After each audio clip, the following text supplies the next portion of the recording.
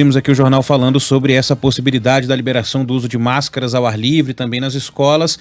E isso já foi confirmado pelo governo do estado de São Paulo, está sendo estudado sim. Temos aqui na linha o Dr. Renato Kfouri, médico pediatra, infectologista, presidente do Departamento de Imunizações da Sociedade Brasileira de Pediatria. Dr. Renato, sempre um prazer recebê-lo aqui na Band News FM, tudo bem? Obrigado, Ivan. Bom dia. Um prazer falar com você e os ouvintes da Band News. Vou no macro primeiro, doutor, antes de abordar alguns aspectos específicos sobre essa possibilidade de liberação. A gente está vendo outros estados, outras cidades fazendo o mesmo, né? O Rio de Janeiro fez isso. Recentemente, o doutor Jean Gonistain, secretário de Saúde, disse que se, de alguma forma, a decisão for essa, é uma decisão que não tem volta, que seria muito difícil você retirar essa obrigatoriedade e depois, num endurecimento aí da pandemia, uma piora dos números, você voltar, fazer com que ela volte a ser obrigatória. Como médico, como é que o senhor recebe essa informação, né, que é possível que nos próximos dias haja uma decisão nesse sentido de liberar o uso de máscaras ou, né, o não uso das máscaras ao ar livre também nas escolas aqui do estado de São Paulo? Ora, Ivan, essas medidas de endurecimento ou de flexibilização são norteadas pelas taxas de transmissão. Então, quando o vírus circula mais, a gente restringe circulação, restringe aglomeração, aumenta o distanciamento, intensifica o uso da máscara, né, a recomendação da máscara, e em momentos de baixa, de diminuição de transmissão, a gente pode flexibilizar todas essas medidas. Hoje nós estamos no momento de uma queda importante, ainda em números altos, 30 mil casos por dia no país, 500 mortes por dia. A gente não pode se acostumar com 500 mortes por dia achando que isso é baixo, que isso é normal, que nós estamos fora da pandemia. Não estamos. Nenhuma doença mata 500 pessoas por dia, 2.000 por mês, né, uma doença prevenível por vacina. Então ainda nós estamos num caminho de descenso, mas ainda não chegamos lá não. Então, eu acho que a expectativa das próximas semanas, olhando para o que está acontecendo na Europa, após essa intensa onda da Ômicron, é que a gente viva ou passe por um período de lua de mel da pandemia. Ou seja, muita gente vacinada, muita gente recentemente infectada pela Ômicron, a expectativa de uma nova onda, pelo menos no curto prazo, é muito remota, né, de que você tenha um surgimento. Então começa a se falar em abandono de todas essas estratégias preventivas.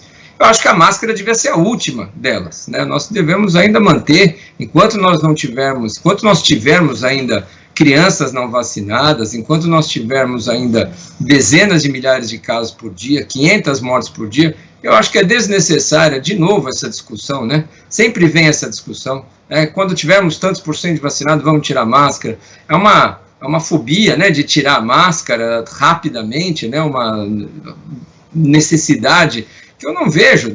A gente protege tanta doença, protege aquele que não pode receber uma vacina, protege aquele que responde mal à vacina, protege o idoso, é coletivo, é um pacto de todos. Então, eu acho, de novo, desnecessária essa discussão neste momento. Esse momento vai chegar, mas para mim não é agora, não. E é o mais fácil, né? Desculpa, Mayara.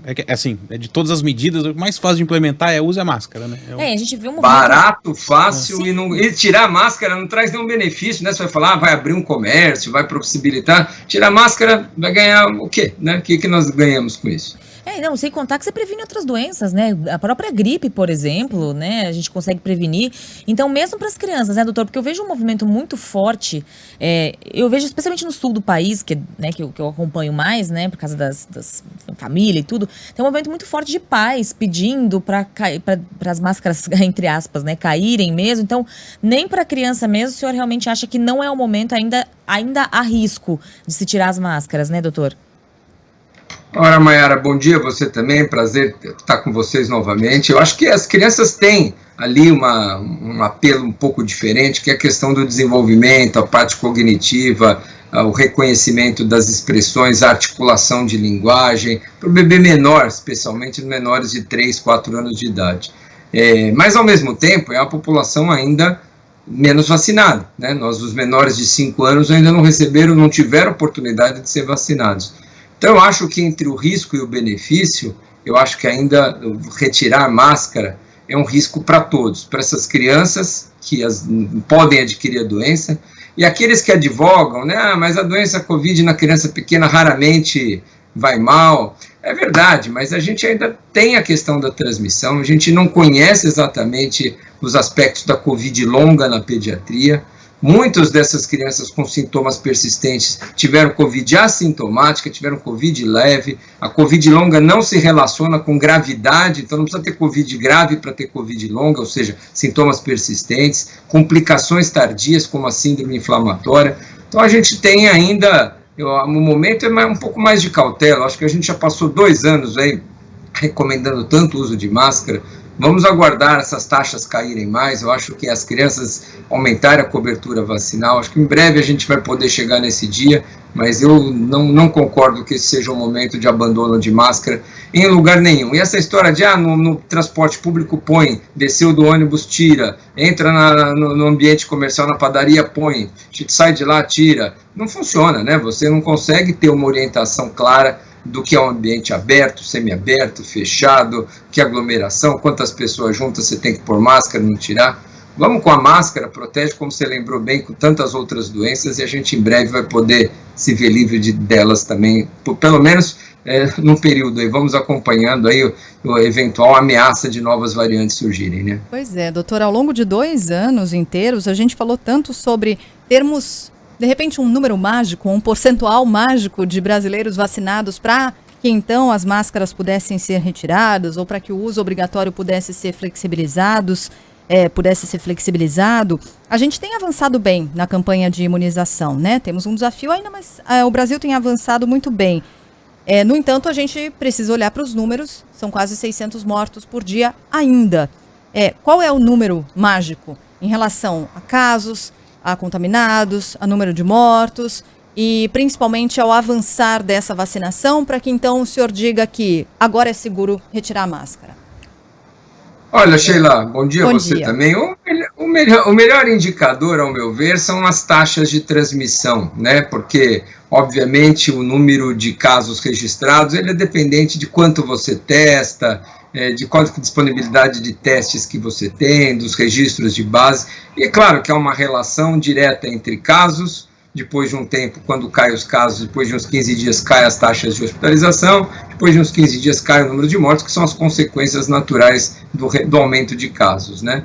Então, esse número, que não é um número mágico, mas essa queda sustentada, ela deve se traduzir para aquele RT que a gente chama, o número de casos, número reprodutivo de casos, para menos de meio, ou seja, para cada 10 infectados, outros 5 vão gerar doenças em 5 pessoas. Essas 5 pessoas infectadas vão gerar doença em 2,5, essas 2,5 em 1,25, ou seja, pela metade. A gente não está num avanço da doença, mas num recuo.